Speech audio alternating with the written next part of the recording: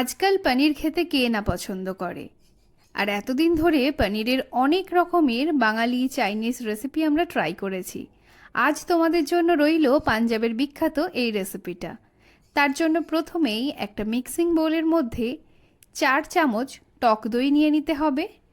দিয়ে দিতে হবে হাফ চামচ হলুদ গুঁড়ো, 1 চামচ লাল লঙ্কার গুঁড়ো, 1 চামচ জিরে গুঁড়ো আর 1 চামচ ধনে গুঁড়ো।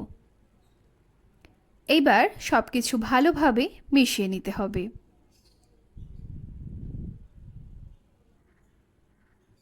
এখানে কিন্তু দইটা মশলার সাথে ভালোভাবে ফেটিয়ে নেওয়া হয়েছে।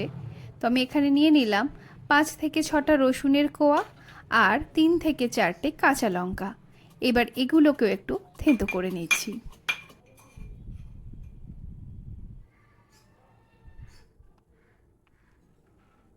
এই রেসিপির জন্য পনিরটাকে কিন্তু গ্রেট করে নিতে হবে। তো এইভাবে তোমরা একটা গ্রেটারের সাহায্যে পনিরটাকে গ্রেট করে নিতে পারো, না হলে হাতের সাহায্যে ছোট ছোট করে ভেঙে নিতে পারো।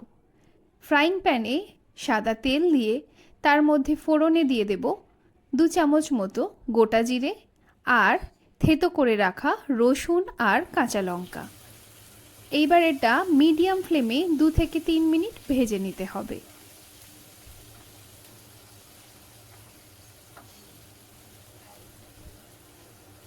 দিয়ে দিচ্ছি একটা বড় সাইজের কুচিয়ে রাখা পেঁয়াজ। পেঁয়াজটাকেও গোল্ডেন ব্রাউন করে ভেজে নিতে হবে। তারপরে এর মধ্যে অ্যাড করে দেব একটা মিডিয়াম সাইজের কুচিয়ে রাখা টমেটো। যারা এখনও হোম কুক উইথ পুপু চ্যানেলটা সাবস্ক্রাইব করনি, তাদের কাছে রিকোয়েস্ট থাকলো চ্যানেলটা সাবস্ক্রাইব করে বেল আইকনটা প্রেস করে দিও। তাহলে আমার চ্যানেলে আসা সমস্ত ভিডিওর নোটিফিকেশান সবার আগে তোমরা পেয়ে যাবে। আর রেসিপিগুলো তোমাদের কেমন লাগছে কমেন্ট করে জানাতে কিন্তু একদম ভুলো না। এইবার এর মধ্যে দিয়ে দিলাম দই আর মশলার মিশ্রণটা। এই সময় গ্যাসের ফ্লেমটাকে এবার লো করে দিয়ে ভালো করে সব কিছু মিশিয়ে নিতে হবে।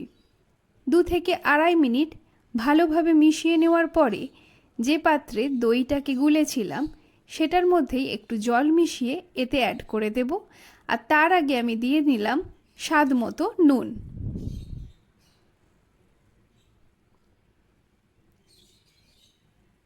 জলের সাথে সব কিছু ভালো করে একটু মিশিয়ে দিয়ে গ্যাসের ফ্লেমটাকে হাই করে দিচ্ছি আর ওপর থেকে দিয়ে দিচ্ছি কসুরি মেথি।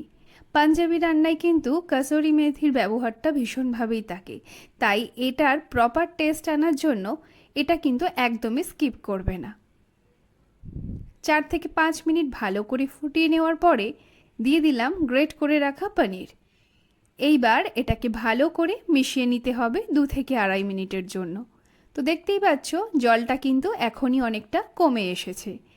আরও 1-1.5 মিনিট ভালো করে ফুটিয়ে নেওয়ার পরে এর ওপরে আমি দিয়ে দিচ্ছি কুচিয়ে রাখা ধনে পাতা আর দিয়ে দিচ্ছি জুলিয়েন করে কুচিয়ে রাখা আদার টুকরো। ওপর থেকে দিয়ে দেব 1 থেকে 2 চামচ বাটার। তো একদম রেসিপি কিন্তু রেডি হয়ে গেছে। এটাকে তোমরা রুটি, পরোটা বা পাউরুটির সাথেও কিন্তু খেতে পারো। তো রেসিপিটা কেমন লাগলো কমেন্ট করে কিন্তু অবশ্যই জানিও। আর যদি ভালো লেগে থাকে তাহলে কিন্তু লাইক করে চ্যানেলটা সাবস্ক্রাইব করে দিও। দেখা হচ্ছে তোমাদের সাথে পরবর্তী ভিডিওয়।